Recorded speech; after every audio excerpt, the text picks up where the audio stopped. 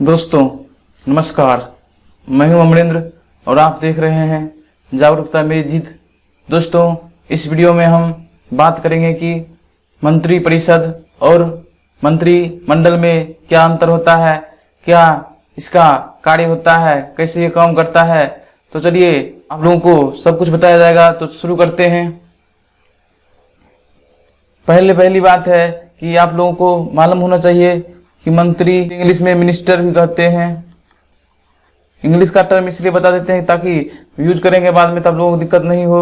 उसके बाद हो गया मंत्री परिषद। मंत्री परिषद को द काउंसिल ऑफ मिनिस्टर। उसके बाद मंत्रिमंडल द बोर्ड ऑफ मिनिस्टर। यहाँ तक उम्मीद करता हूँ आप लोग समझ गए होंगे। मंत्री को हम मिनिस्टर कहेंगे, मंत्रिमंडल को द बोर्ड ऑफ मिनिस्टर कहेंगे। उसके बाद मंत्री परिषद को द काउंसिल ऑफ मिनिस्टर कहेंगे। उसके बाद अगर राज्य मंत्री है तो स्टेट मिनिस्टर कहेंगे। अगर राज्य मंत्री स्वतंत्र प्रभार है तो स्टेट मिनिस्टर इंडिपेंडेंट कहेंगे।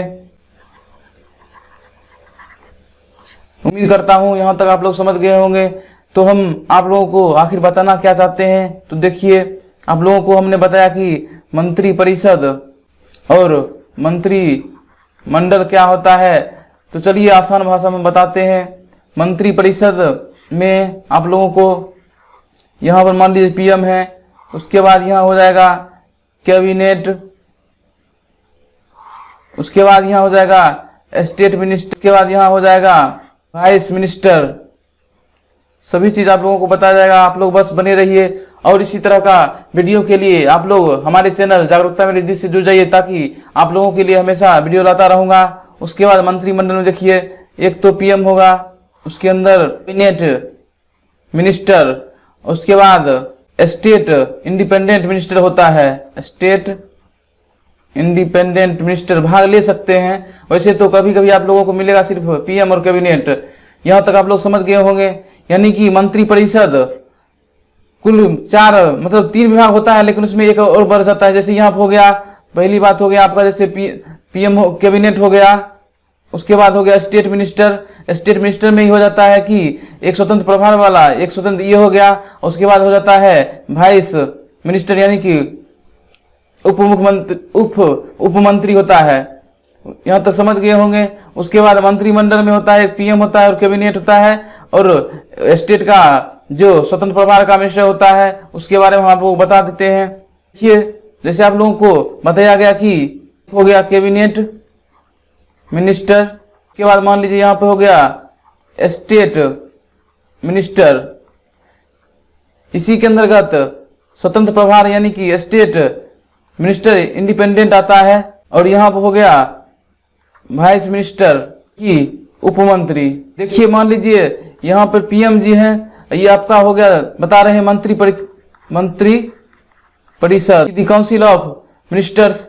उसमें जैसे पीएम कोई काम करवाना चाह रहे हैं तो वो कैबिनेट के पास बढ़ाएंगे, और कैबिनेट इसको स्टेट मिनिस्टर के पास बढ़ाएंगे, और उसी में कभी कभी स्टेट मिनिस्टर स्वतंत्र प्रभार होते हैं।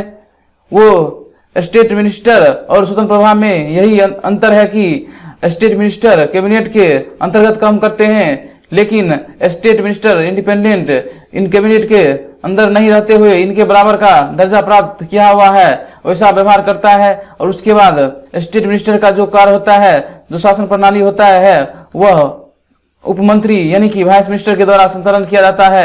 यानी कि आप लोग देख रहे हैं किस कड़ी में यहाँ पे काम किया जाता है। ठीक उसी प्रकार आप लोगों को मालूम चल गया होगा कि यहाँ पे हो गया पीएम, उसके बाद हो गया यहाँ पे कैबिनेट, उसके बाद हो गया यहाँ पे स्टेट मिनिस्टर, और उसके बाद हो गया वाइस मिनिस्टर। यानी इस सब 4 चीज मिलकर मंत्री परिषद का निर्माण करता है। यहाँ तक आप लोग समझ गए होंगे।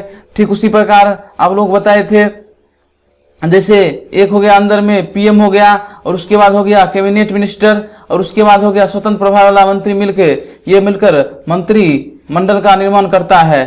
उम्मीद करता हूं आप लोग यहाँ तक समझ हो गए होंगे। उसके बाद इसके मंत्री परिषद एक संवैधानिक निकाय है, क्योंकि यह संविधान में लिखा हुआ है। संविधान के आर्टिकल 74 में लिखा हुआ है कि एक मंत्रिपरिषद का गठन किया जाएगा। और उसके बाद आर्टिकल 75 में लिखा हुआ है कि इसका वेतन, उसका योग्यता, उसका मतलब वेतन हो गया, उसका योग्यता हो गया, उसका शपथ हो गया, उसका जितना भी प्रोसेस होता है आर्टिकल 75 में दिया हुआ है। लेकिन इसमें जो मंत्रिमंडल है, मंत्रिमंडल में संविधान का संशोधन करके उसके बाद 352 आर्टिकल को जोड़ा गया, यानी कि यह एक असंवैधानिक निकाय था, लेकिन इसको जोड़ के बनाया गया। लेकिन आप लोगों को मालूम होना चाहिए कि मंत्री, यहाँ पे हम लिख देते हैं मंत्री परिषद, मंत्रिमंडल में हमेशा सप्ताह भर में बैठक होते रहता है। लेकिन मंत्री परिषद में ऐसा नहीं होता है, क्योंकि आप लोगों को मालूम है यहाँ पीएम हो गए, उसके बाद कैबिनेट हो गया, उसके बाद हो गया स्टेट मिनिस्टर, उसके बाद वाइस मिनिस्टर। इतना लोगों को हमेशा मीटिंग में बुलाना संभव नहीं है, यहाँ आप लोग समझ गए होंगे। लेकिन मंत्रिमंडल में कैबिनेट और पीएम होते हैं या स्टेट इंडिपेंडेंट मिनिस्टर होते हैं, ताकि कम लोग होने के कारण सप्ताह भर में मीटिंग होते रहता है और यहीं से डायरेक्ट कोई निर्णय लिया जाता है जो मंत्रिपरिषद को फॉलो करना पड़ता है। उसके बाद मंत्रिपरिषद लोकसभा के लिए जिम्मेवार होता है, यानी कि कोई भी मंत्री यानी राज्यसभा से है या लोकसभा से है, लेकिन उसको हमेशा लोकसभा के लिए मतलब जिम्मेदार रहेगा।